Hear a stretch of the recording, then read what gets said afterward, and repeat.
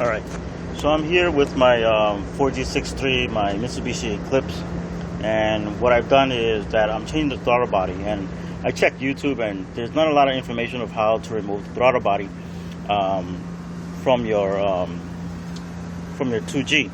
So what I did was that the first thing that I took apart was the elbow that goes into the intercooler. So I removed that first. It was a couple of bolts. It was 2 long screws and then 2 bolts that attached to it with some washers. So I removed that. As you can see that. I took away some of the holes that were there here. Make sure you put them back in the right places where they should belong to. And then there's 2 other hoses that are on the bottom here that has to be clamped out. There's one here and then there's one underneath the backside.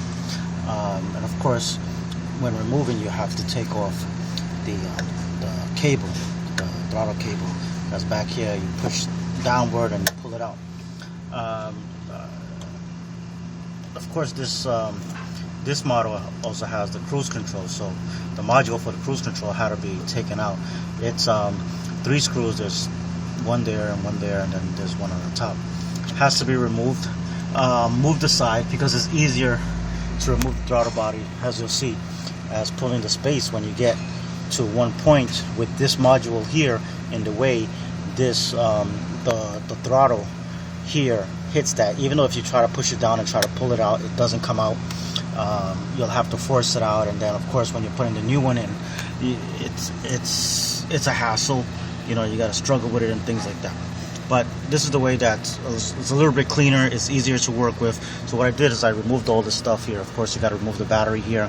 I had a strut bar tower that I took apart. To remove that, took the battery. Now I've got space enough to move around comfortably. I'm also going to remove the hose here with the clamp here because this is in my way and it's annoying to work with. I got to pull it to the side and maneuver here, and that's a hassle. So there again, now I removed the bolts and everything else, so that's taken out. You do have to attach some of the plugs that are here. There's one here that I took out, of course, with a screwdriver. I pushed the button, pulled the screwdriver there, and popped it all out. This one also has the same thing. Now you can do it 2 ways. Now you can pull it out from the sensor that's here with the 2 screws. They're hard to get into, so I don't recommend it. So what I did is I took the little wire that's here that holds this plug and this plug together, pulled that out, popped that out. Be very careful because I put my finger down here so that in case it does fall, I can catch it. That pulls out. Now it's ready to go. I can pull it out and take everything apart and put the new one the same way I put it together. I'll try to make a video of the putting it all together. So that's your basic how to take out the throttle body. I tried looking for one, how to help me pull one out, and I couldn't find one. So now I'm showing a video so that people know how it's taken out if they want to see it on video. All right.